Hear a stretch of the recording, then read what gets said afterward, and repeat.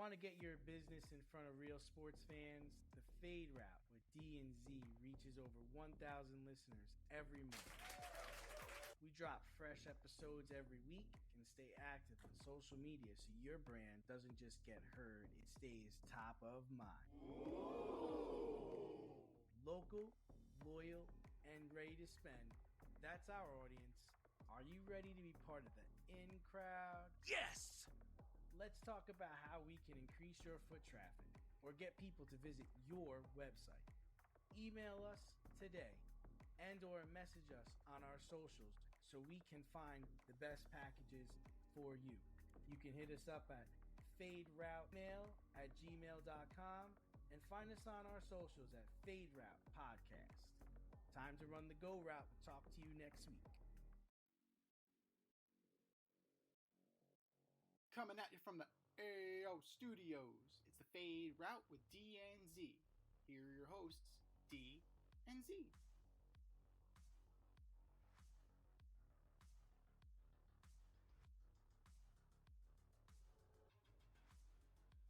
Powered by Riverside FM. Coming at you live from the AO Studio. Ayo. It's the Fade Route with D and Z. I am D, and we've got a great show for you tonight. Yes, we do. The Bills beat the Chiefs. Jaden Daniels gets hurt again, and John Morant gets suspended. But we begin today's show with Z. We predicted it. The Dodgers won the World Series. I had a gentleman sweep at 5. I think you had it in 6, and it actually ended in 7. Naturally, the recency bias takes over. Is this the greatest World Series of all time? Hats off to both teams. They played a very entertaining series. The Dodgers took it from the Blue Jays after the Blue Jays said, no, we don't want it. We're good. Game 6, right? Freeze on a fucking line drive. You're taught that in Little League. Freeze on a fucking line drive. Where the fuck are you going? Where is he going? Where are you going? Where is Addison Barger going? Where are you going? There's a runner on third. Where are you going? Where are you going? Where are you going? You don't matter right now. No, absolutely not. And then Game 7, IKF. We're going to talk about IKF in a second. And the Dodgers attempted to give it back to them, right? Andy Pages steamrolling Kike Hernandez in the outfield. I thought the game was over. I thought the game was over because I didn't see. I mean, I watched the game. I fell asleep at a couple points, but I did watch the whole thing. And as soon as it was hit, I was like, man, he's either got a bad read on it. I'm talking about Kike. Yeah. I was like, he's either got a bad read on it or he is behind it. And then I realized, oh no, he's gonna try to over the shoulder catch this shit. And I'm like, that's not gonna work. And then here comes Pages out of nowhere, catches it, throws my man down, and then is about to head in the dugout. Like, yo, you all right? Nice catch, Hayes. Don't ever fucking do it again. But that's kind of he might have saved this series. I don't think Kike catches that. No. And then the other guy in Game 6 lets the ball get stuck in the wall. Yes. Dean. Now, that's he's the a thing. hero too. Put your hands up, dude. I'm not touching that ball. And everybody's talking about how the umps didn't hose anybody, right? It got wedged in the wall. You immediately throw your hands up. Exactly what you're supposed to do. I'm not ripping it out of there. Here's the difference, and people are pointing to 2015. Here's the difference between Yoenis Cespedes and that. Yoenis Cespedes just didn't want to jog to the warning track. There's a foot of padding, right? There's a foot gap between the ground and the padding when you're talking about the Cespedes situation. His lazy ass just didn't want to go and get the ball. I'm gonna try and sneak this one. Shit, it didn't work. Now that one and Mark DeRosa tried. I think they said they were out there for 10 minutes trying to replicate. Yeah, I saw that. Yeah. And he couldn't do it. He couldn't get it in there. He couldn't do it. So baseball's a funny game, Susan. What more can you say? And then the play at the plate with Rojas sparked a lot of controversy. It was a fine series, it was an entertaining series. Yamamoto should be lauded for his performance. You know, it's Madison Bumgarner stuff, that's Kurt Schilling stuff, that's Randy Johnson stuff. Like he ran it out there and he did what he was supposed to do. in terms of greatest World Series I've ever seen, let's pump the fucking brakes, please. Can we please just pump the brakes? And you know what? We also need to pump the brakes on Shohei Ohtani a little bit because, we're talking about the time it took him to get out to the mound after the first inning in Game 7. It took him about like 5 minutes to get out there and get warmed up. People are talking about like, oh, well, no one in Major League history has ever pitched and hit. And first of all, the designated hitter was integrated in the 70s, right? So before that, pitchers hit. And in the National League, they hit until 2022. So let's pump the fucking brakes on that because he's doing what everybody else was doing for a long time. Now, he's not doing it with the proficiency. He's much more proficient at it than a lot of pitchers are. And he's not, the whole thing is that he was going to be a two-way player. He does not play the outfield, right? He came in as an outfielder, but then he hurt his elbow. He doesn't play the outfield anymore. So I would argue he's just a pitcher at this point. He's a pitcher and a DH. He's playing by the National League rules at this point. So he's playing by the old fucking National League rules. Let's be real here. But as far as World Series, for me, 2001 is up there. You have the specter of 9/11. You have the Yankees just coming back, refusing to lose. And then ultimately the kill shot was Mariano Rivera throwing the ball into center field on a bunt play, and then Luis Gonzalez with the bloop, which if they weren't playing in, Derek Jeter probably catches that. Yeah. Now, that's that one. Twins Phillies 93, Joe Carter. I'll take that one. That's right up there, in my opinion. And I'm only going to go by the ones I've seen, right? I'm not going to go by, in the 1932 World Series when Babe Ruth called his shot. No, I wasn't there. I wasn't there, so we're not going to talk about it. I'm not even going to talk about Reggie Jackson's 3 homers. Mr. October. I'm not even going to talk about it. Wasn't alive. Right? In terms of other interesting series, give me 1990. Give me the Reds knocking off the vaunted Oakland A's. Right? The Bash Brothers. I'll take that. Those are excellent series. Kudos to them. And it's not even the best Dodgers series, right? Kirk Gibson, hello.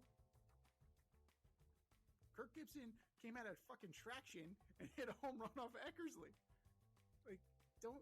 No. Fine, wonderful. Maybe the best of this century, right? I would still take 01. Maybe even 2016. Because, you had Indians, Cubs, somebody's had to go. You had that drama. But it was a fine series. I would pump the brakes as far as greatest of all time. Yeah, I mean, the thing I would say is about this series is it had everything in it, right? It had extra innings. It had starting pitching. It had, home runs. It had plays at the plate. It had amazing catches. It had everything that you want in a series. To me, it was David versus Goliath, and I know that the Blue Jays don't want to hear that, but they were overmatched and they played up to the competition. They did, but Z, when it comes down to it, you're up 3-2, and you're going home. And you fucking botched both of those games. So you took it to the 9th inning both times. You had bases loaded, 1 out, and you fucking didn't come through. You also had a situation where you had your closer in, and you had a 1 out, and you couldn't close the door. And you were pitching against a guy who hadn't hit a home run in over a month. And you couldn't put them away. You played 2 innings. You played 2 games in one night. And nicely, you bounced back the next day.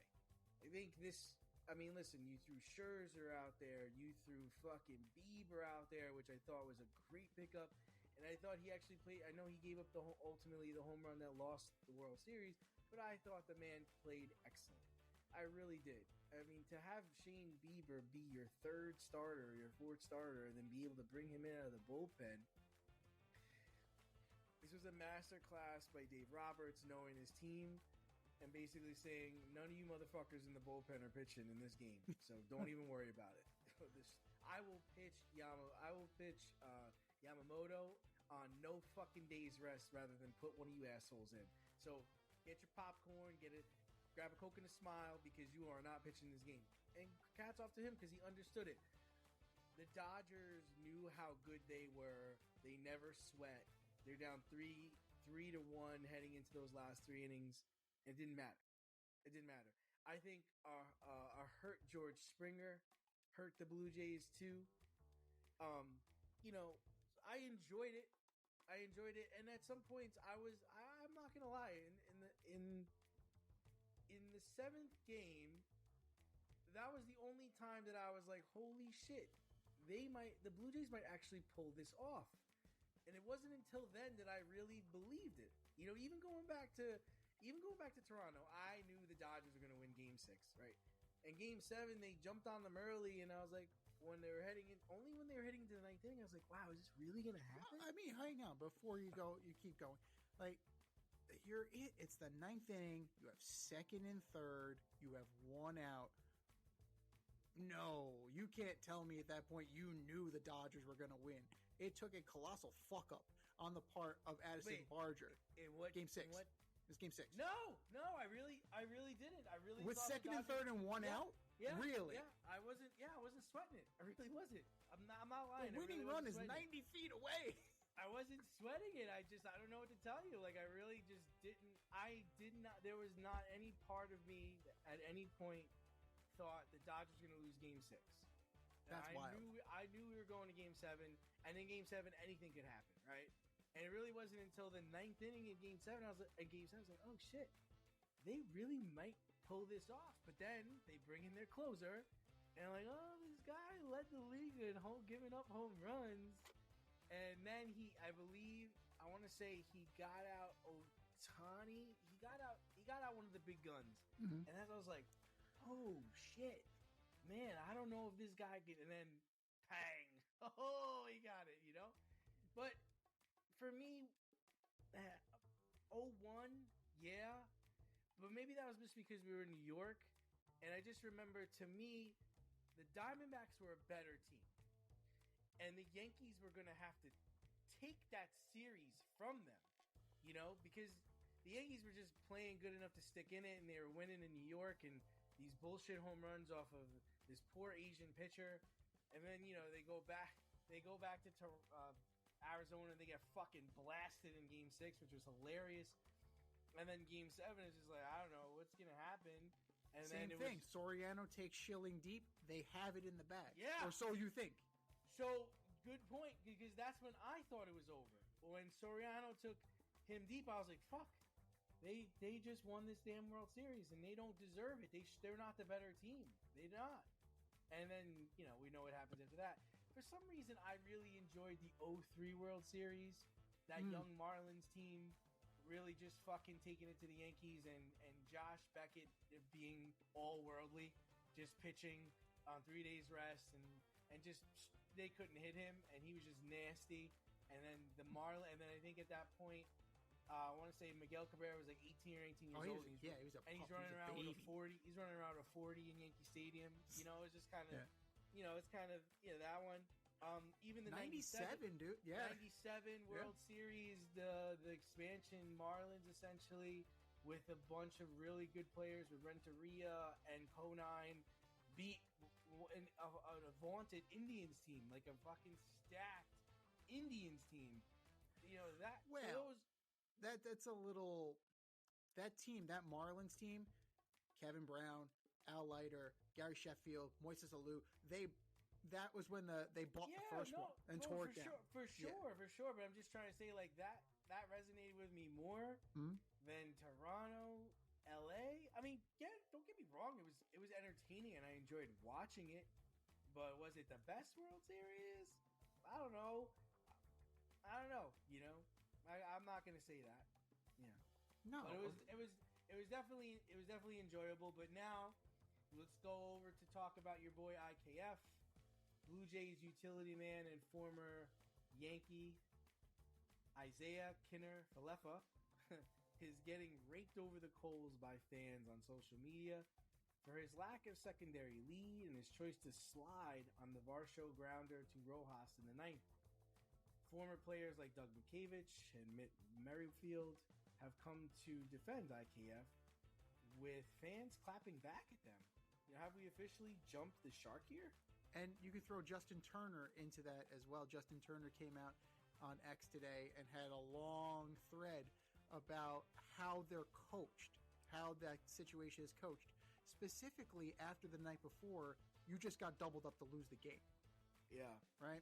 So maybe there's a little bit of a conservative thought process there. Like maybe I'm just going to take one less step because, number one, I don't want to get backpicked. Number two, I don't want to get doubled off. Yeah. And then number three, I got wheels. IKF is fast.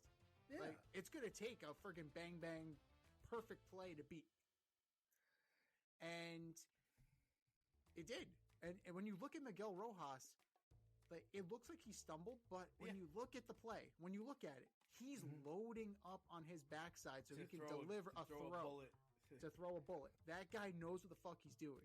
There's a reason why Miguel Rojas was sought after by the Dodgers. That guy can play the field. So it looks like a mistake, but I think it was a little intentional there. He trusts his hands, and he has very good hands. Where we kind of jump the shark here is when we get to the situation of questioning guys who have been on the field. Now, you're entitled to your opinion. You're absolutely entitled to your opinion, right? Now, you're levying these statistics about probability and distance from the base and how far Max Muncy is from third base and how you're doing the Pythagorean theorem. There's high level calculus involved. But at the end of the day,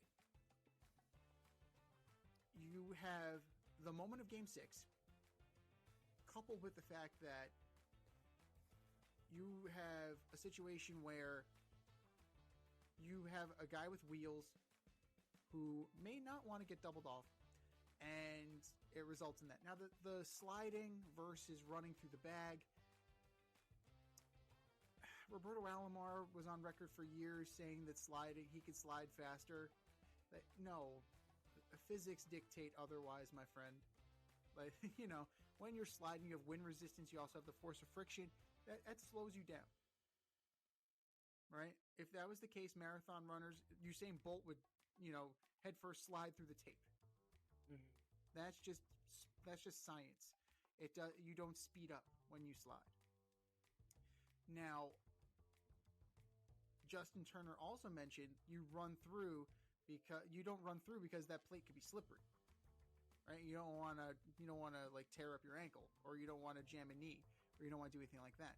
And let's say Rojas doesn't make that perfect throw, right? And he takes Smith up the line. He takes it up the third base line. You're now upright. It's an easier play. I can just reach out and tag you. You're out. It's a done deal. So I understand defending your position. I understand why players are defending Isaiah kind of Falefa. Where you lose me is the same way like the Ryan Clark thing that we talk about, where it's like, I played so I know more than you. Yeah. Where you lose me from the other side is, I have all these statistics, so I know more than you. I know math, so I know more than you. That's not the case. It's not played on a spreadsheet, right? You have to take into account everything that happened the night before. Context matters. And that's where you can play fast and loose with statistics and actually make numbers mean what you want.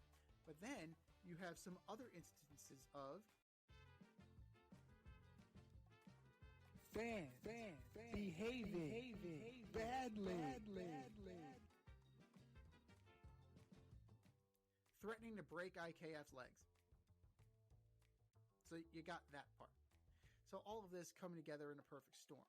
And we have jumped the shark. We have absolutely jumped the shark. And I think that, we have not gotten better out of COVID. It's just made shit worse. And with the advent of social media and the access that you can get towards players, it's even worse. And then you couple gambling in there, shit. It's like the perfect storm, man. And we kind of need to take a step back here. But I don't think we're going to be taking a step back anytime soon. But we've totally gone through the looking glass here. We're questioning people with expertise. We are threatening players. I get it. Toronto hasn't won since 1993. Probably threatening to break the guy's legs is not the way to go about it. So I guess they're trying to say, like, run through the base because it's a force out. And it's kind of like... I mean, listen, I think you and I played enough baseball. In that situation, I'm sliding too. I'm not going to try and run through it because I don't know how this ball is coming in, right? And I don't know where the catcher is ultimately going to be, and I can't take the catcher out anymore. Like, so I'm sliding, and I'm not sliding head first either. I don't slide head first into home. I don't give a fuck if I got a sliding pad in my hand. I'm not doing that. I'm sliding feet first. I think it's easy to second guess it right now. I think, if anything, you would give him credit if he did do those things, but you don't discredit him because he didn't, if that makes any sense. Right. Like I'm not in live time, I didn't have any problem with the play. In fact, he was really close to being safe. I think in that situation, like you said, the night before someone got picked, you're playing third, you're on third base. I mean, it's a high tense situation. The guy went the other way with the ball. It took you a minute to pick it up, and you're digging. It's not like he took a break. He was running hard. So I didn't have any problems with the play at the plate. What I will say is I was really nervous it was going to get overturned. Right. I remember the first time I saw the replay, I was like, holy shit, he is safe because his fucking foot came off the bag. How are they going to overturn this? And this is how the World Series is going to end, on a replay overturn? This place is going to lose. Like this is just going to be awful. And I almost was like, I'm trying to find, like, did he get his foot back? It looks like he got his foot back down. And it looks like, he's sliding in and he didn't touch it yet. I was like, if anything, even if you think he's safe, say it is too close for me to overturn. Like, that's what I was expecting, because you couldn't do that for the World Series, man. You can't have it end that way. Imagine it, everything that happened, the 18 innings, Shohei, the seventh inning, extra innings, and everything that happened comes down to an overturned call. Oh my God, that would have been a disaster. This series would have lived in infamy. So, I mean, I don't know if they doctored the video or what, but I'm so glad that they called him out and we were, given more. But, I think the Blue Jays. Well, I think the Blue Jays will have another chance. I don't think this is the end of the road for them. I think they've got a good core of players, and they've got a taste. And I think this would have been a failure if the Dodgers lost. But it's not, to me, it's not a failure that the Blue Jays lost. I mean, they've had an outstanding series. They really put everything together. Their GM made the right moves. We made fun of them, I remember, in the offseason for saying, oh, man, all they did was pick up a second baseman and Anthony Santander. What? Like, this is all you guys did? Who was not a factor this year. Who was not a factor in the series. And the second baseman, his name escapes me right now, was a very big factor in the series. Mm-hmm. Who wound up being an instrumental to the whole thing. Jimenez was huge. Jimenez, that's what I'm talking about. Jimenez, he's huge. And we made fun of them for going to get him from the Indians. Like, that's the guy? Really? That's the move? So, I applaud them for getting Shane Bieber. That was a huge pickup. Savage it seems like he's got a future in him. He's very good. They got to see what they're going to do with Bo Bichette. You got to see what you're going to do there. Vlad came to play. He batted over 400 in the series. He clearly understood his job. He clearly took it personal. And I think it's going to be fine. Now, on the Dodgers side, they did what they were supposed to do. You don't get credit for doing what you were supposed to do. You fucking were head and shoulders above this team in every single fucking area except your bullpen. And you shored that up in Game 6 and Game 7. You're like, I'm not bringing any of my relievers in. Fuck it. We're bringing in Glass now. I'll pitch you every fucking day if I have to. Because none of these... Joe Banda sucks and everybody else can't get anybody out. So, whatever. And it all came down to what we talked about all year. You could get Ohtani out. You could get Betts out. But then you're going to have to get Teoscar Hernandez out. And to ask for a starter to do that, yeah, a starter could. And Shane Bieber was very good in certain instances. But at some point, the law of averages catches up on you. You're just not going to be able to keep that going for as long as you'd like to. No. So we'll see what happens in the offseason. I think you kind of hinted to me today Amanga's probably going to go there. I don't disagree with you. I think they're going to try to get Bregman. Kyle Schwarber would be an embarrassment of riches if that was to happen in some capacity. So here's what I think. I think Schwarber is staying on the East Coast. I think they're going to end up with one of the two Japanese guys, either Murakami or Akamoto. I think Akamoto is his name. One of the two. Imanaga for sure. And then to shore up the back end of that bullpen, they're getting Diaz. They're bringing in Diaz. Oh, yeah. Why? Because they can pay for all of this. Sure. And if they really want to drive home that lockout in 2027, get them all. Go ahead. Get them all. And this is the whole thing. And then, I know you've joked about that we're not going to have baseball. We're not, dude. And the whole thing is like, it would be so terrible if after having a World Series like you just had, and then having another good season next year, to then go into a lockout. That would be disastrous. Would really set them back and would just be a terrible, terrible thing that could happen. Avoid messy accidents. Get better stopping power with your brake pads. Callahan brake pads. You never know when you'll be driving in the road and there will be a truck tire that you need to avoid and save your family. Callahan Auto. We really care about what's under your hood. Speaking about terrible, terrible things that can happen, to the gridiron we go. The Buffalo Bills held off the Chiefs 28-21. Josh Allen now moves to 5-1 in his regular season head-to-head with Patrick Mahomes. It wasn't the game of the week, but definitely lived up to expectations for some people. Very debatable. Will we see a rematch yet again in January? For the record, what I would like to say is, and people may disagree with me on this, and Manning Brady is different than Mahomes Allen. Yes. I was talking to somebody about this, and I don't get anything out of watching Mahomes and Allen, because I think it's too one-sided. There's no question of who's better, right? Like, I'm talking, like, Mahomes has got rings. Mahomes has beaten him in the playoffs. There's no real... This is Brady versus early Manning so this is pre-Super Bowl Manning. I would argue... Brady had his number pretty much all the time. Well... and I don't know. In clutch moments, you knew Peyton was going to throw that pick. Like, you just knew it was coming. Yeah, I mean, I think back to... I remember Peyton getting him in Denver. I remember Peyton getting him in the playoffs in the RCA Dome, where they decided to throw to Kevin Falk on a fourth down play that didn't materialize. But I'm just trying to say, like, Peyton to me was yes, he was below Brady, but he was more of a cerebral. This is going to be a football game, right? This is going to be like a back and forth, like, a chess I don't know match.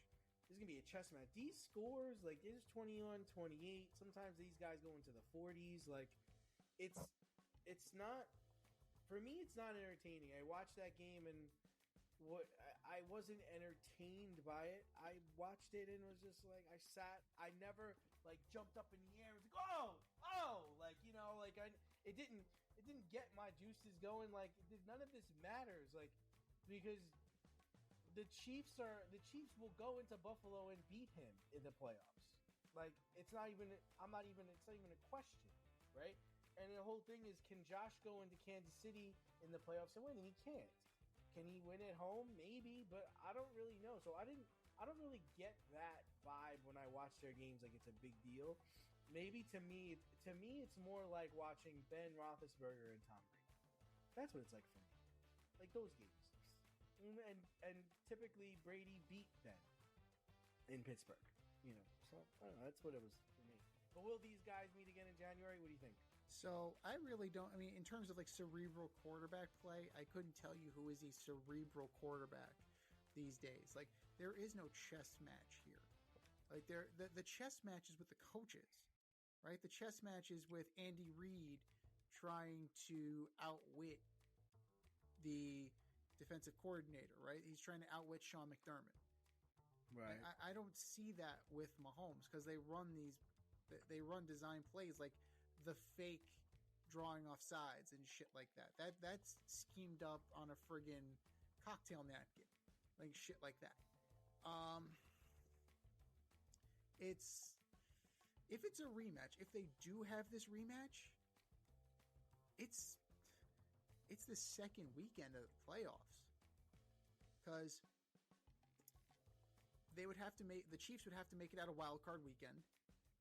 You figure the Bills. They're the 8th team right now. Yeah, they're out. Even in the playoffs. They're out. They're not even in the fucking playoffs right now. So, depending on where the Bills are, because right now they're chasing the Patriots, right? They have one fewer win than the Patriots. Sounds about right. Yeah, they're 6-2, and the Patriots are 7-2. They haven't had their bye yet. And nothing's guaranteed because the Chiefs are chasing the Chargers and they're chasing the Broncos. So, and they have to play both of them. There's no guarantees here. There's a better chance that they're going to beat the Chargers now that Joe Alt is hurt again. Out for the season. Yeah. So that's going to be a major issue. Hampton is not ready to come back. No. So it becomes Justin Herbert, deliver us a victory. So we'll see. But if it is, honestly, if it does happen, it's going to be wild card weekend. That's wild for these teams. Mm-hmm. Like, the potential is there. But I really don't feel it with this Chiefs team. I really don't feel that the Juju's there. I don't think, well, Juju is there, but I don't think that the mojo, we'll say the mojo is there, right? I don't know if it's a lack of hunger, if it's complacency, or if it's just the injury bug, or if it's just father time catching up to them, or the league catching up to them. This team feels different. It feels like the Eagles delivered the kill shot in the Super Bowl last year. Like, it just feels like they're different.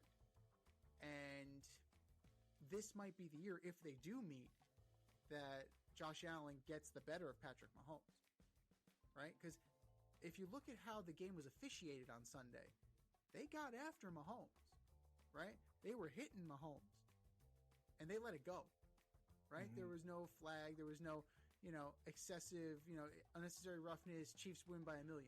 There was none of that shit. He took a shot on the sideline. Oof. That was a good one. Oh, yeah. It wasn't Epinesa. Like, who was that? I don't remember, but it was every linebacker's dream to get that hit. Clean, right in the numbers. Right in the numbers. And you took all this time and run along the sideline. You decided to let the ball go late, and I'm going to put my helmet in your chest. That's it. Right through you. But this is why the Bills got Joey Bosa. This is exactly... Who could be on the take, by the way? I sent you a video that was very intriguing. I mean, we'll see. We shall see. But, especially now that Ed Oliver's hurt, they need Joey Bosa to step up. Yikes. But it's intriguing, based on what's happening here, that we could be in a situation where these guys meet in week 1 of the playoffs.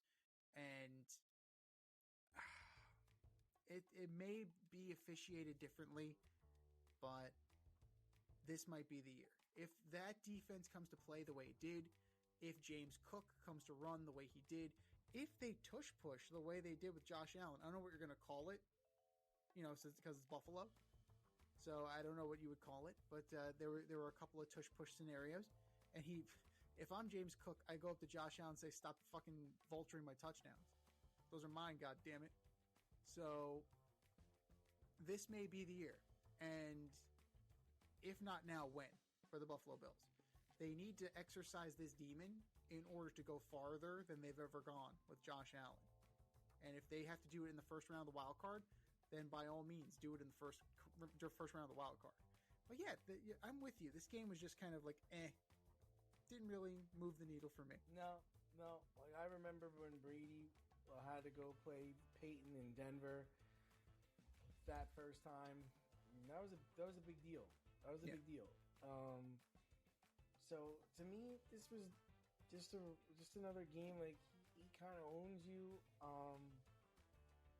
And then will we see them play again in January? I think we will. I think we will see them, because I think that at some point Kansas City rights the ship. Like, I'm just a person that, still gonna stay on their bandwagon because they are, the class of the AFC. They've been to the last, few Super Bowls. They have Patrick Mahomes. They have Andy Reid. They have a bevy of talent at receiver. Their running backs are good. Not great, but good. Their defense plays. I mean, how could you not love their defense? Their defense plays. You got Chris Jones. You got Chenal. You have all these guys that run around and run that spag scheme. So yeah, I mean, I could see a rematch yet again in January, but like you said, it could be in the first round, or it could be in the AFC Championship game. But at some point, Buffalo will have to beat Kansas City, and I don't know if they can. But again, like you said, if not now, when? Like, what's it going to take? Is it going to take Kelsey to retire? Is it going to take for Patrick Mahomes to be hurt? Is it going to take for Spags not to be the defensive coordinator? Like, what's it going to take for the Buffalo? Is it going to take a blizzard? Like, what's it going to take for them to be able to take this next step? And I don't know. I don't know the answer to that, but we'll see what happens. Now, in the Sunday night game, the Seahawks obliterated the Commies 38-14, but that's not the story here. Jaden Daniels came back from his leg injury and promptly dislocated his non-throwing elbow in garbage time. It looked it was so gross. ugly. Disgusting. Is this coaching malpractice on Dan Quinn, who took full responsibility for what happened? Are the Commies trying to RG3 this kid? So I don't know if it's the Commies trying to RG3 this kid, or if Jaden Daniels is trying to RG3 himself just by trying to prove that he's not RG3, right? Because ever since they drafted him, the comps have been there. So decent arm to good arm, can run very thin. Very thin. Yeah. Now, RG3 was a track athlete, so I guess I get that. Jaden Daniels, also very thin. Needs to put on muscle to stay in this league. So I don't know if it's him trying to shake this stigma, but Dan Quinn did him no favors. It's 38-7. What the fuck you doing? Take him out. Marcus, put the clipboard down. You're in. Well, hold on. I mean, there's two sides to that, right? Because there's a side that maybe Jaden Daniels didn't want to come out, right? There's a side of maybe that he's a competitor and he wanted to keep playing and he wanted to score, and there was 7 minutes left in the game, I believe. So, I mean, a lot crazier things have happened with less than 7 minutes in the game. I'm saying I don't think Dan Quinn needed to come out at the press conference and take the blame for this. You're down by 31. I think it's safe to say this one's over. Right, but sometimes that's when you need an assistant coach, right? A good assistant coach, like a good friend. Be like, hey, Dan, I think we need to get him out of there. He's running for his life. He's coming off of an injury. And maybe this was the last series, Z. Maybe he was like, all right, let him just do this last series, and we'll call it. You know what I mean? But this is when you need a good assistant coach to kind of speak reason and to be, you're a competitor too. You want to win. You want to score. You want to, you want to hit the money line. Things like that. You got to understand that there's a lot more at stake here. There are careers there are numbers here. People are trying to get bonuses. There's a lot more to this than, we're getting blown out. Let me take out. You don't think this is going to happen. You're right. Think this is going to happen. Careers are at stake here. You have a 20-something-year-old kid who got the shit beat out of him last year, who's getting the shit beat out of him this year. He's a walking mash unit. Sometimes you need to be saved from yourself. Right? Does he play again? He plays again, right? He plays again. I mean, his non-throwing elbow is dislocated. But they always say that once you've dislocated it pops out. It could pop back out again. 100%. So he's going to probably have to wear a brace for the rest of his career. And he runs a lot. Yeah. And that's the other thing. It's listen, I was a running quarterback. You don't put your arm down like that. No. You don't. You go down. You go down. You don't try to break your fall with your non-throwing hand. They also lost Luke McCaffrey to a broken collarbone. Yeah. So it's a violent game. I love Dan Quinn. I worked with Dan Quinn. He's a good guy, and I'm sure he didn't mean any harm. You don't think these things are gonna happen? He's running a scramble play. I mean, come on. You just, and he usually does get down, and it's unfortunate this happened, but I don't fault Dan Quinn for what he did. And again, we don't know the whole story. We don't know if Dan Quinn went and all right, I'm going to take you out. This game's out of reach, and he was like, Coach, let me get one more. Let me get one more run. Let me get more rep. And you're a coach, and you're like, all right, what's the worst that could happen? You're not going to dislocate your elbow, right? No, I got this. I got this. But they really got throttled. I mean, I watched that game, and Sam Darnold, holy shit. I'm pretty sure he was 13 for 13 or 12 for 12 in the first half with 4 touchdown passes. Yeah. So it was over very early. And this is a West Coast team coming East Coast. I mean, if you want to fault Dan Quinn for anything, how about faulting Dan Quinn for the huge fucking step backward the Commanders took this year? Yeah. And the other part is I think it's safe, especially after this elbow injury. I'm sorry. I think Jaden Daniels is injury prone. We can't not say that now. He's been hurt 3 or 4 separate times this year. 3 times. This is the third, right? Third hamstring, time. Yeah, hamstring, groin, and now the dislocated elbow. And then he got beat up last year too. And he's a good player, but he doesn't eat enough. And he doesn't. No, he does. Sorry, Z. He just doesn't eat. You gotta be able to take shots, man. You gotta take shots in the chops, and you've got to be able to toe that line, go back out there, get down. You've got to be durable, and he just has shown that to me that he's not durable. And I think this is an RG3 situation because I do think he comes back next year, and I do think he gets hurt again. I don't think he's the answer to their quarterback woes. I think he's a fine player. He's an electric player. He's an exciting player. But the way he plays is not sustainable. We've even seen Lamar Jackson start to break down this year with his hamstring. And, everybody said, oh, he had a great game against the Dolphins. Okay, yeah, the Dolphins suck. Okay, the Dolphins fucking suck. What's going to happen when he's playing against a team where he's actually running for his fucking life? They have the Steelers this weekend, I think. Yeah, and then what happens when the hamstring pulls? Because it's going to pull. Mm-hmm. Listen, I've done it. It's happened to me. I've done it. You're never 100% sure.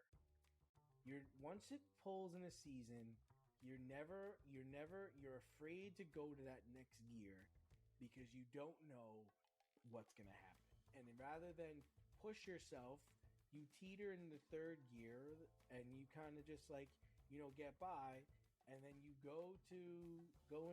they play the Vikings. Oh, even better. You play Vikings in Minnesota. So we're gonna see what's gonna happen. But no, I don't fault Dan Quinn for what he did. I do think this is the second coming of RG3, so I am not surprised by what's going down there. I think it's the job of the head coach to think about the player's career in the long term. Thinking about the player's career in Game 9, with his coming back from his second injury this year, yeah, you need to save a player from themselves. And it sounds like Jaden Daniels is that type of player. And wear your heart on your sleeve. You play hard. There's no shame in that. There's absolutely no shame in that. But if you're being held together with duct tape and a wish, maybe we need to pump the brakes here and let Marcus Mariota wear one. Like, that's why you got him, right? Mm-hmm. There's a reason why look at the Cardinals. Yes, the Cardinals are in a different boat, but they are pumping the brakes on Kyler Murray. He could have been ready. He's not playing. Jacoby Brissett is playing. This is why you have Jacoby Brissett. This is why you invest in a backup quarterback. This is why Mike Shanahan drafted RG3 and Kirk Cousins in the same draft. Mm-hmm. Because even that tells me Mike Shanahan wasn't even sure if he would hold up. So sometimes the athlete doesn't know. Or sometimes the athlete is just so laser focused on what needs to happen that he needs to be protected from himself. And there's nothing wrong with that. There's no shame in that. Step outside of your safe area and make a statement without saying much with FCK Clout Lifestyle Apparel. Embrace the colorful chaos and stay emotionally regulated in their graphic tees, hoodies, snapbacks, accessories, and more. Go to fckclout.com today and check out current season and past season merchandise for men and women. Get it while you can. That's fckclout.com. Check them out today. fckclout.com.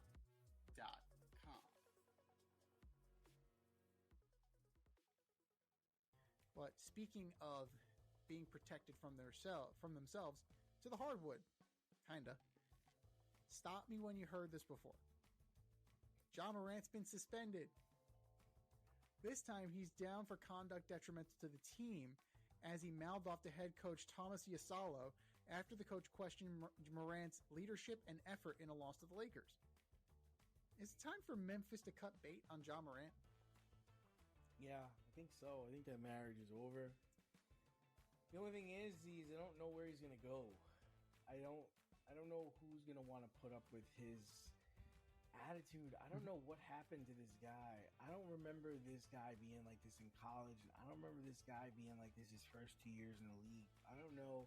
He started hanging out with the wrong group of people or what, but his attitude, his approach to the game of basketball, his approach to life off the court is just, it just seems like it's headed in the wrong direction.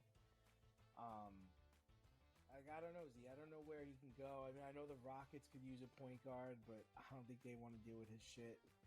I think Golden State could use a point guard, and maybe Kuminga. Maybe that's how you get rid of Kuminga. I'm sure Kuminga would love to go to Memphis, right? Because Memphis is still good. They're good. They got a good team, and they play better without Ja Morant usually. The Mavericks already have Kyrie, so that's not going to work. He can't send him to Utah. You can't send him. I don't know. I don't know where he goes, but yes, I agree with you. I think the marriage in Memphis is over. They're not going to win there. They're not winning now. So, yeah, I think it's time to pull a plug on that. Yeah, I mean, how many more times does Ja Morant need to fuck around before he finds out, right? The guns, the finger guns in the club, it's showing that he doesn't get it, right? He thinks he's above it all. And when you're that talented, sometimes you're able to do that. Sometimes you're able to get away with it. But he has demonstrated multiple times flagrant disregard. And then, just thumbing your nose at the league. Yeah, yeah, no, it's time to go.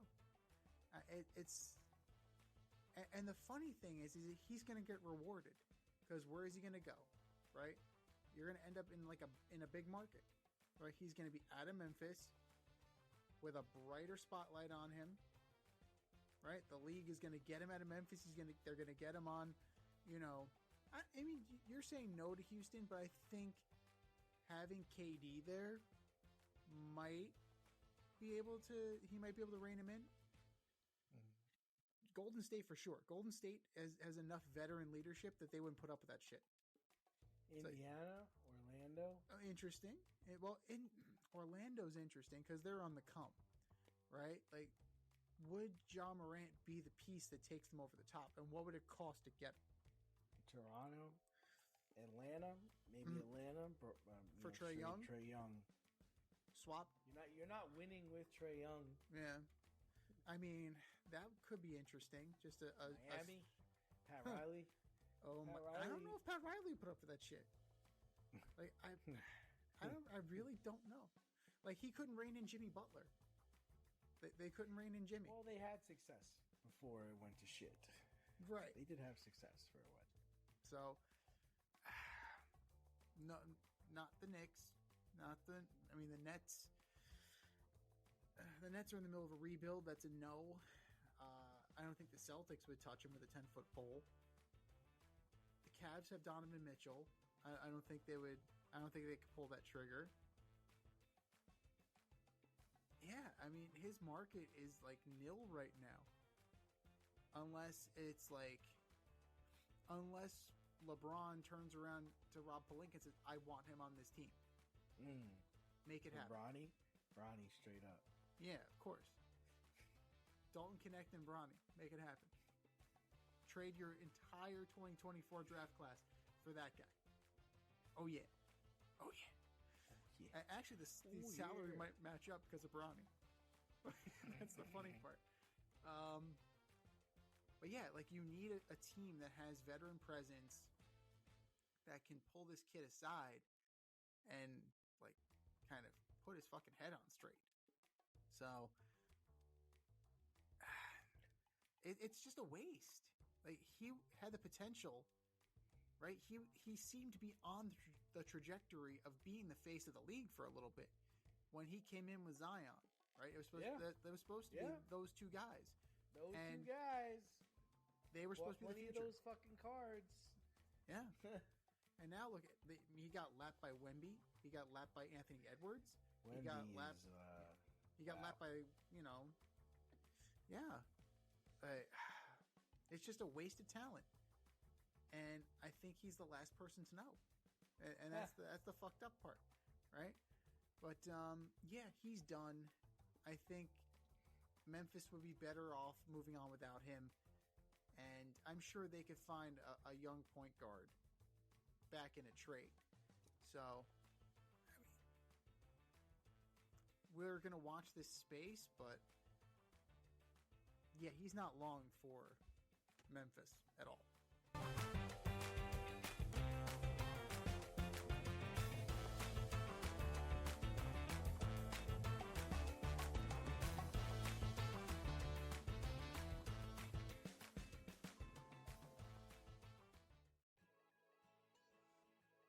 Can't help but smile when you see a balloon. PopstarsBalloons.com offers spectacular balloon decor for all of life's events, specializing in custom balloon creations and installations for private events, corporate and school functions, photo shoots, brand events, and fundraisers. Led by certified balloon artists, the Popstars Balloon team shape balloons into custom works of art. Popstar Balloons provides full concept balloon design, build and installation services, as well as pre-assembled decor pieces available for pickup or delivery. Popstar Balloons is a woman-owned, small family business focused on providing professional balloon services using only high-quality, 100% biodegradable natural latex balloons made in the U.S. and Italy. They consistently prioritize the safest use and handling of balloons in a sustainable and responsible manner. Popstars Balloons is located in Westchester County, New York, but likes to party at events throughout New York City, Connecticut, Long Island, and New Jersey. Popstars Balloons can also accommodate balloon decor services for destination events. No event too big, no event too small, and their custom personalization service is the perfect touch. They also offer a full line of event decor options like backdrop, prop rentals, tablescapes, dessert table setups, custom signs, and they always deliver with a smile. Whether you're looking for gift balloons, classic decor, or large-scale design for a big impact, Popstars Balloons will create the perfect decor for your theme, vibe, and space. So if you have an idea in mind or need inspiration, Popstars Balloons decor will be the cutting edge and spectacular. Visit popstarballoons.com to pop your next event.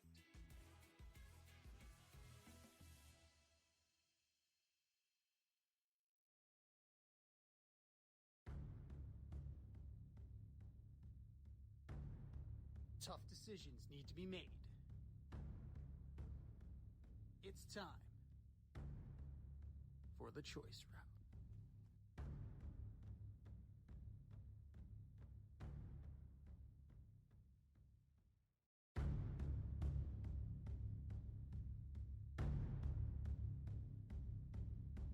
All right, boys and girls, something new this week. We have two things, and we got to choose between them. Sounds simple enough, right? Well, let's see how it goes. The choice route. The choice route. Whose D is worse for choice route number one? Whose D is worse? The Defense you're Bengals. referring to, right? Yes. The defense. Whose defense is worse? The Cincinnati Bengals or the New York Football Giants? I would say the Bengals, right? I mean, they managed to lose to the Chicago Bears and they put up 42 points and still lost to the Chicago Bears. Now on the other side, the Giants, I believe Burns leads the league in sacks. Yes, he does. And despite Shane Bowen wanting to do the prevent defense all the time, they play their front seven are very formidable. You know, Dexter Lawrence and Burns and even on the back end, Banks, they've got some guys that play. So yeah, I would say that the Bengals defense is worse.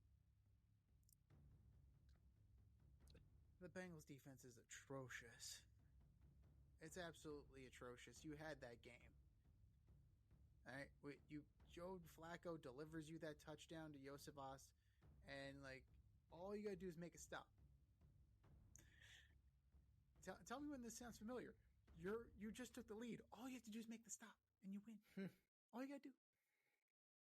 And then where Loveland got hit by three guys on that play, and just was like, "Oh, I'll just keep going." Nobody wanted to wrap up. All right, cool. Bounced off of him. Just bounced off of three dudes.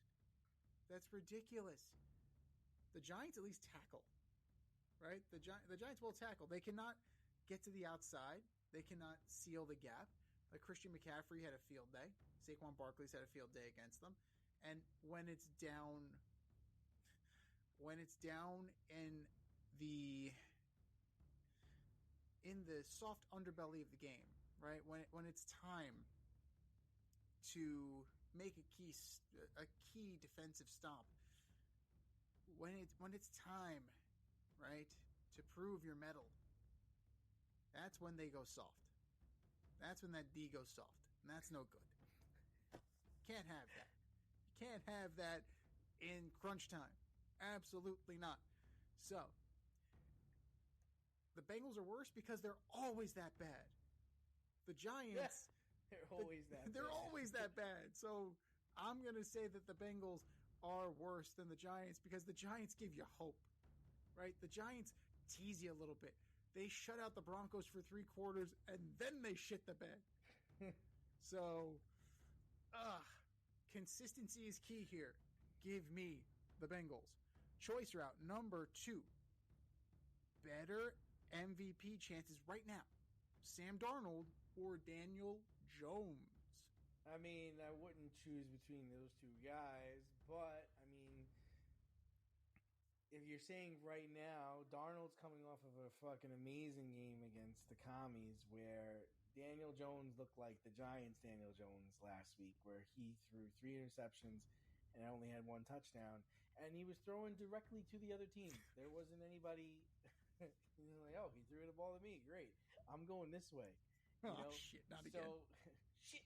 It wasn't like a tip pass or anything. No, he threw it directly to like middle linebackers and corners. So I'm expecting he's going to clean that up because he hasn't played that bad all year. They played Pittsburgh. They played outside. So I'll give him that. But I would say for me, Sam Darnold at this point. So up until Sunday. Up until Sunday, I would have said Daniel Jones, right? Yeah. Now, Daniel Jones, he looked like a pumpkin. He looked like a fucking pumpkin. But that is exactly what you didn't want to see, right? Now, remarkably similar, right? 69.6 completion percentage for Jones, 70.4 for Sam Darnold. 2,400 yards for Jones, 2,000, 2,100 for Darnold. Got him in rushing, right? But then again, he only has 90 rushing yards, Jones. Darnold has 41. Okay, so in a lot fewer, right? 10 rushing attempts as opposed to Jones's 33. Now, even the touchdown to interception ratio, 14-6 for Jones, 16-5 for Darnold. It's remarkably close. It is remarkably close. Now, this is where Darnold gets the edge. It's now strength of schedule. The beginning of the year was front-loaded for the Colts. The Colts now have the fifth toughest schedule moving forward. Really? Yeah, so the competition is going to ratchet up. Now, we've seen Daniel Jones when the competition ratchets up. Oh. Yeah, so we shall see if he can shake that. Falcons, Chiefs, Texans, oof. Jaguars, Seahawks, ooh. 49ers, ooh. Yeah. Jaguars, Texans. Yeah. And the Texans are going to be playing for something, so they're going to have to. They're going to come to punch him in the mouth. Have the Colts beat a team with a winning record? I don't think they have. That's a good question. I don't believe so. I don't believe so. They beat a team with a winning record. So, that's great. You beat. Oh, they beat the Broncos by 1. Oh yeah, on a that kick. was like week 2. Yeah. That was on the block. That was on the blocked field goal. It was on a blocked field goal. Yeah. They lost to the Rams. Do the Chargers have a winning record? The Chargers have a winning record. Oh, so they beat the Chargers. All right. So is this during the Chargers nap time? Probably was. Yes. But they beat him by 2 touchdowns. Okay, so that's their claim to fame this year. I guess. Well, the Giants beat the Chargers. So there you go. So I got to say, I'm going to take Darnold only because that strength of schedule is going right up, and I don't know if Daniel Jones is going to meet them all. Because I've been there. I've seen it. And it doesn't happen. Choice route number 3. More mediocre in a win. Bo Nix or J.J. McCarthy? I'd say Bo Nix. J.J. McCarthy showed me something. To come off of not playing for 4 games and play the way he played with a lot of moxie. He played with a lot of confidence. He played hungry. Bo Nix is just so up and down. I don't understand what's going on. He's just so up and down, and I like him. But just like he's like asleep for 3 quarters, and then all of a sudden he starts ripping it. It's like, where was this 2 quarters ago, dude? Can you play a 4-quarter game, my man?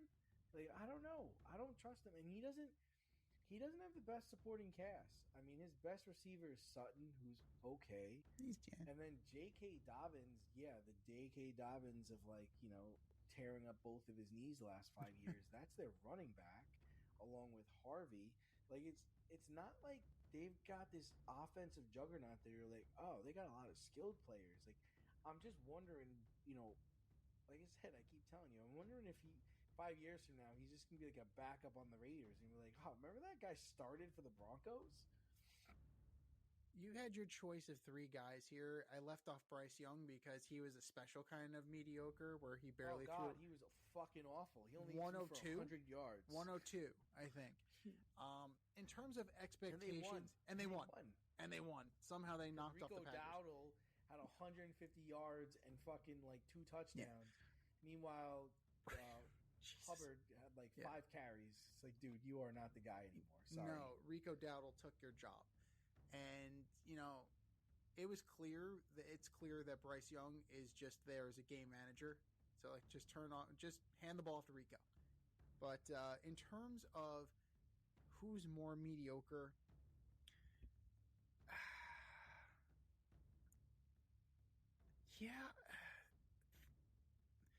McCarthy, yes, he has 2 touchdowns. He has a pick. 143 yards? Barely above 50% passing. I get you're working your way back from injury, but you were the number one draft pick last year. You were supposed to be the guy. You were supposed to, the expectations are there, and I can't even remember the last time Justin Jefferson caught a touchdown pass. Yeah, no, was it probably from Wentz? I mean, if it was probably from Wentz very early on. How about it was probably from McCarthy, before he got hurt? Week 1?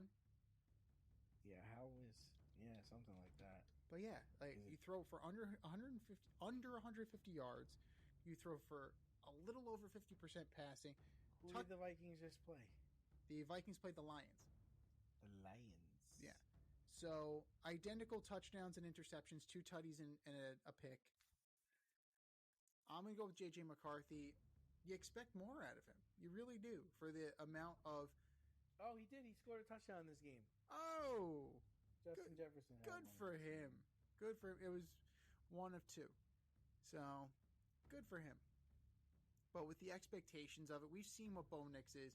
This McCarthy is just sacked 5 times. Oof, that's rough. That's absolutely rough. But he's supposed to have the wheels to get out of that. So, both of them were bad. I'm going to say that McCarthy was worse, mostly because of just those dreadful stat lines. Bo Nix, that was a dogfight. You were in a dogfight against the Texans. That's absolutely what's going on, and it's kind of been part and parcel all year. But yeah, JJ's got to start showing us something here. For all the promise, and what's making it worse is that Sam Darnold is lighting it up in Seattle. If he sucked and JJ was delivering this, okay, fine, the other guys suck. But no, Sam Darnold, we were just talking about Sam Darnold as a possible MVP candidate. What's going on in this league? Dogs and cats living together. Mass hysteria. But I don't know. This has been a troublesome year for the Vikings, and it's very possible that that's going to continue if you keep having performances like that from one Mr. McCarthy.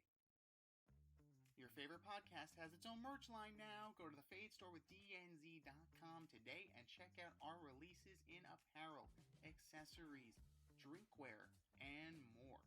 Ever wanted an Alleged Superstar t-shirt? We got those. You want some yoga pants? We got those too. And we're not done yet. We have a lot of exciting collaborations and new products on the way. But check out what we have now at the Fade Store with DNZ.com. That's the Fade Store with DNZ.com.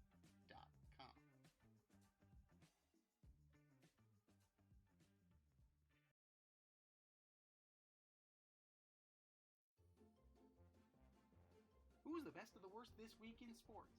The Fade Store presents the Alleged Superstar of the Week Award.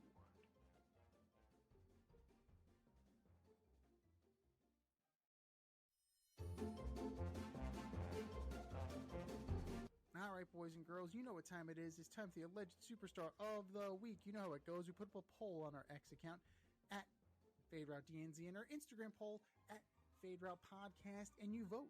And you vote, and you vote, and you vote. And the winner of said vote gets a shout out on this here show and takes home the coveted ass trophy.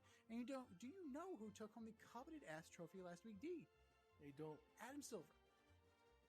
Adam That Silver. guy. Stud. Narrowly beating out Michael Wilbon and the Eagles-Giants refs. Good job, Adam. Way to go. Good. Bully for you. That was last week. This is this week. Who are your nominees for Alleged Superstar of the Week? D. All right, so first up, I've got the Green Bay Packers. Not the offense, not the defense, the whole fucking team. Bryce Young throws for 100 yards, and Rico Dowdle goes off for 130 yards and 2 touchdowns. What the fuck are we doing? Like, you're supposed to be the pride of the NFC North. You've got, people projecting you to go to the Super Bowl, and you go and lose 16-13 to the Carolina Panthers. Carolina is more of a hockey town than a fucking football town. Green Bay Packers, you are my alleged superstar of the week. Number 2, the Bengals defense. We talked about this during the show, but up 42-40, you give up a touchdown in the fourth quarter to lose to Caleb Williams, Loveland, and the Bears at home. You've got them turning on each other. The offensive players are turning against the defensive players in this. I mean, you've got to find a way. Tell them a story, spit in his ear. Just get them to stop scoring. Figure it out. Bengals defense, you are my alleged superstar of the week. And number 1, I've got Jeff Hoffman. 2 outs away from winning the World Series. You give up a home run to a guy that has not hit a home run in over a month. Can't happen, sir. Can't happen. Jeff Hoffman, closer of the Toronto Blue Jays. You are my alleged superstar of the week. What do you got, Z? Yeah, that's bad. That is bad. I'm going to start with Daniel Jones. 31 of 50, 342. Sounds good, right? 1 tutty, 3 picks. Psych. Deer in the headlights look. There he is. There's the fucking Daniel Jones that we know and love. That's the guy right there. Daniel Jones, you are my alleged superstar of the week. Number 2, the Las Vegas Raiders. You take the Jags to overtime. The Jags take the lead. Overtime. And you score. You're down 1. It's 30-29 in the dying embers of the game. What do? Pop quiz, hot shot. You got one. You have one play at this point. You either kick this safe extra point and walk away with a tie, or you go for it. What do you do? What do you do, Pete Carroll? You chose to go for 2. Jaguars win. Jaguars win. 30-29. I believe there was 17 seconds left in the game. Kick the fucking extra point. Kick it. Just kick it. Just kick it. This is as bad as when Harbaugh's like, Lamar, what do you want to do? All right, we're going for it. What? The fuck? Yes, you. Me? No, you're the coach. You're the coach, not me. Oh, for God's sake, what the fuck? I understand aggression. I understand all that. Dan Campbell coaches with his balls. I understand all that stuff. But, yeah, no. Take the kick, man. Take the goddamn kick. Raiders. Las Vegas Raiders. Well, it's a gamble. How appropriate that they're in Las Vegas. Las Vegas Raiders. You are my alleged superstar of the week. And number 3, Addison Barger of the Toronto Blue Jays. I still don't know where the fuck you were going. 2nd and 3rd, 1 out. Sinking line drive. Where are you going? There's a runner in front of you. right? Freeze on a line drive. Freeze. That's it. That's it. Even if you go a third of the way, you can still make it back, right? Even if it drops, right? Kike Hernandez now has to change direction and somehow throw across his body to try and get you at third base. Freeze on a line drive. What happens? You get doubled off. Blue Jays lose. Blue Jays lose. Force a game 7. Blue Jays lose. Blue Jays lose. So you're going to have to wear this one for a while, Mr. Barger, because that brain fart, it's going to live on, at least for a little bit. Actually, it probably didn't even live on for a day, because then they got onto IKF's ass. Yeah. Addison Barger, you are my alleged superstar of the week. I think we said our piece. Go to our X account at FadeRouteDNZ. Go to our Instagram poll at FadeRoutePodcast and vote. And vote, and vote, and vote. And for our nominees. You're better than that. Just do better. Just do better. This has been the Fade Route with DNZ. Thanks for tuning in tonight. Catch our podcast on Wednesday nights on Spotify, iTunes, iHeartRadio, or wherever you listen to your podcast. So until next time, stay fade, everyone. Time for us to run the go route. We'll talk to you next week.